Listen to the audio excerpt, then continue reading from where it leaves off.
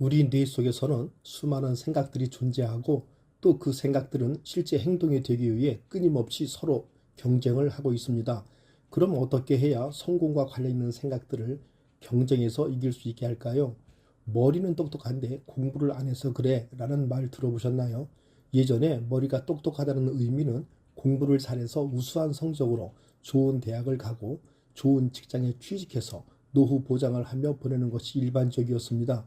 그런데 최근 뉴스에는 인류대를 나와서 삼겹살 식당을 운영하고 공대를 자퇴하고 농장을 한다는 사람들도 있고, 애플의 스티브 잡스가 대학 중퇴자이고 마이크로소프트 상업자인 빌 게이츠가 대학 중퇴자인 것은 너무나도 잘 알려진 사실입니다. 과거의 성공 공식은 공부를 잘해야 했지만 현대의 성공 공식은 뇌를 얼마나 잘 활용하냐에 달렸다고 볼 수 있습니다. 그리고 성공의 기준도 바뀌었습니다. 그것은 뇌 활용을 위한 뇌 교육의 핵심으로 표현할 수 있는데요. 생활 속에서 이 지수를 업시키는 것이 바로 성공의 척도라고 할 수 있습니다. 어떤 축구 리그에서 우승한 팀이 있다고 생각해 봅니다. 그 팀은 모든 경기에선 이긴 것은 아니지만 결국 우승을 했는데요. 이처럼 강력한 팀, 우승을 한 팀들이 가진 공통점이 하나 있습니다. 그것은 바로 연패를 끊어내는 힘이 있다는 것이죠. 즉, 모든 경기를 이길 수는 없지만 연속된 패배는 허락하지 않는다는 겁니다.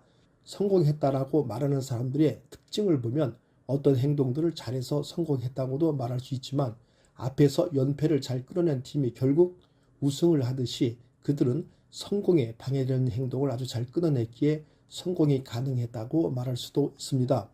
예를 들어 게임을 너무나도 좋아하는 고시생이 있다고 생각해 봅니다. 이 고시생은 공부도 꽤 열심히 했지만 문제는 게임을 시작했다 하면 전혀 멈출 줄을 모른다는 겁니다. 한번 게임을 시작했다 하면 밤을 새울 정도로 무섭게 집착한다는 것이죠.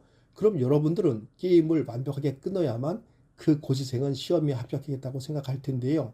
저도 같은 생각입니다. 하지만 여기서 주목해야 할 것은 게임을 완벽하게 끊어내야겠다는 생각보단 어찌어찌 게임을 시작하게 되더라도 적당히 만족하고 끊어내는 능력인데요. 그럼 아예 단 한 번이라도 하지 않는 것이 좋지 않냐고 생각할 겁니다. 네, 맞습니다. 사실 고시생에게 가장 효과적인 것은 수험 기간 동안 게임을 전혀 하지 않는 것입니다. 하지만 사람은 타고난 성격과 자라온 환경에 따라 각자 좋아하는 것들이 다르고 또 그 좋아하는 강도도 차이가 있는데요. 예를 들어 평소 게임에 전혀 관심이 없는 사람들은 그냥 게임을 안 하면 될 일이지만, 게임을 너무너무 좋아하는 사람들의 입장에서는 이 문제는 생각보다 간단하지 않다는 겁니다. 반대로 쇼핑이나 SNS 중독에 빠져 공부나 일에 집중하기 힘든 사람들이 있는 반면에, 또 어떤 사람들에겐 쇼핑이나 SNS가 전혀 문제가 되지 않듯이 말이죠. 이처럼 내가 좋아하는 그 무엇이 됐건 내가 설정한 목표가 있고 또 그것을 이루고 싶다면 완벽히 끊어내는 것이 가장 효과적이겠지만, 만약 그러기 어렵다면 내가 좋아하는 것을 하되 적당히 멈추는 방법을 반드시 알아야 한다는 겁니다. 그런데 이게 너무 어렵다는 겁니다. 대체 왜 좋아하는 것을 시작하기만 하면 우린 멈추지 못하는 걸까요? 일단 이에 대한 답을 얻기 위해서는 먼저 우리 뇌를 알아야 하는데요. 갑자기 무엇을 하고 싶다는 생각이 강력하게 든다면 그것은 바로 편도체와 변연계에서 나온 생각입니다. 편도체와 변연계는 대부분의 우리 욕구와 감정 반응을 담당한다고 생각합니다. 즉, 앞에서 게임을 좋아하는 학생이 계속 게임을 하고 싶어 한다면 그 생각은 편도체와 변연계가 만들어낸 생각이죠. 하지만 우린 그러한 감정이나 욕구를 억누르고도 도서관에서 공부를 할 수 있는 것은 전두엽, 그 중에서도 안화전두피질의 능력 때문인데요. 안화전두피질은 이름 그대로 눈 뒤쪽에 위치하고 있으며 주요 역할은 의사결정, 가치 판단 또는 감정의 조절입니다. 그런데 여기서 재미있는 것은 안화전두피질은 전두엽에 위치하면서도 감정의 중추인 편도체와도 직접 연결이 되어 있다는 건데요. 즉, 편도체와 변연계에서 1차적인 감정 반응이 나타나면 안화전두피질에서 감정을 2차로 조절하게 됩니다. 일단 화나게 되면 편도체와 변연계에서 상대방을 주먹으로 한 대 치고 싶다거나 욕을 한 바가지 하고 싶다는 1차적인 반응을 보이게 됩니다. 그럼 안화전두피질은 1차 반응을 순화시켜 적절한 행동으로 그 위기를 모면하는데요. 즉, 안화편도피질은 편도와 변연계에서 나오는 1차적인 감정적 반응을 사회적으로 용인 가능한 2차 반응으로 바꿔준다는 겁니다. 우리 뇌 속에서는 수많은 생각들이 존재하고 또 그 생각들은 실제 행동이 되기 위해 끊임없이 서로 경쟁을 하고 있습니다. 그럼 어떻게 해야 성공과 관련 있는 생각들을 경쟁에서 이길 수 있게 할까요? 머리는 똑똑한데 공부를 안 해서 그래 라는 말 들어보셨나요? 예전에 머리가 똑똑하다는 의미는 공부를 잘해서 우수한 성적으로 좋은 대학을 가고 좋은 직장에 취직해서 노후 보장을 하며 보내는 것이 일반적이었습니다. 그런데 최근 뉴스에는 인류대를 나와서 삼겹살 식당을 운영하고 공대를 자퇴하고 농장을 한다는 사람들도 있고, 애플의 스티브 잡스가 대학 중퇴자이고 마이크로소프트 상업자인 빌 게이츠가 대학 중퇴자인 것은 너무나도 잘 알려진 사실입니다. 과거의 성공 공식은 공부를 잘해야 했지만 현대의 성공 공식은 뇌를 얼마나 잘 활용하냐에 달렸다고 볼 수 있습니다. 그리고 성공의 기준도 바뀌었습니다. 그것은 뇌 활용을 위한 뇌 교육의 핵심으로 표현할 수 있는데요. 생활 속에서 이 지수를 업시키는 것이 바로 성공의 척도라고 할 수 있습니다. 어떤 축구 리그에서 우승한 팀이 있다고 생각해 봅니다. 그 팀은 모든 경기에선 이긴 것은 아니지만 결국 우승을 했는데요. 이처럼 강력한 팀, 우승을 한 팀들이 가진 공통점이 하나 있습니다. 그것은 바로 연패를 끊어내는 힘이 있다는 것이죠. 즉, 모든 경기를 이길 수는 없지만 연속된 패배는 허락하지 않는다는 겁니다. 성공했다라고 말하는 사람들의 특징을 보면 어떤 행동들을 잘해서 성공했다고도 말할 수 있지만 앞에서 연패를 잘 끌어낸 팀이 결국 우승을 하듯이 그들은 성공에 방해되는 행동을 아주 잘 끊어냈기에 성공이 가능했다고 말할 수도 있습니다. 예를 들어 게임을 너무나도 좋아하는 고시생이 있다고 생각해 봅니다. 이 고시생은 공부도 꽤 열심히 했지만 문제는 게임을 시작했다 하면 전혀 멈출 줄을 모른다는 겁니다. 한번 게임을 시작했다 하면 밤을 새울 정도로 무섭게 집착한다는 것이죠.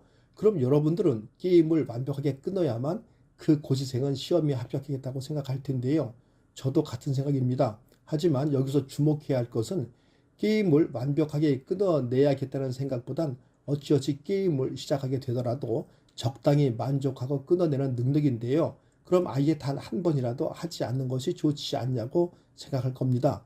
네, 맞습니다. 사실 고시생에게 가장 효과적인 것은 수험 기간 동안 게임을 전혀 하지 않는 것입니다. 하지만 사람은 타고난 성격과 자라온 환경에 따라 각자 좋아하는 것들이 다르고 또 그 좋아하는 강도도 차이가 있는데요.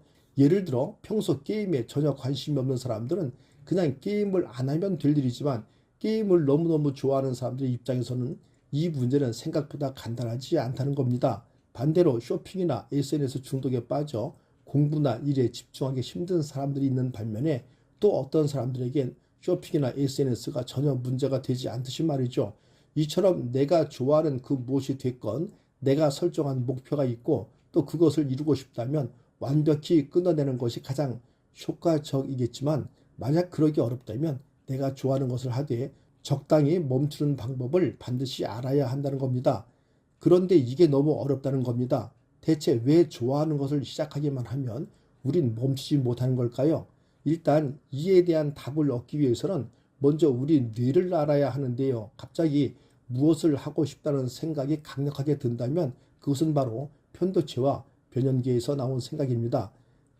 편도체와 변연계는 대부분의 우리 욕구와 감정 반응을 담당한다고 생각합니다. 즉, 앞에서 게임을 좋아하는 학생이 계속 게임을 하고 싶어 한다면 그 생각은 편도체와 변연계가 만들어낸 생각이죠. 하지만 우린 그러한 감정이나 욕구를 억누르고도 도서관에서 공부를 할 수 있는 것은 전두엽, 그 중에서도 안화전두피질의 능력 때문인데요. 안화전두피질은 이름 그대로 눈 뒤쪽에 위치하고 있으며 주요 역할은 의사결정, 가치 판단 또는 감정의 조절입니다.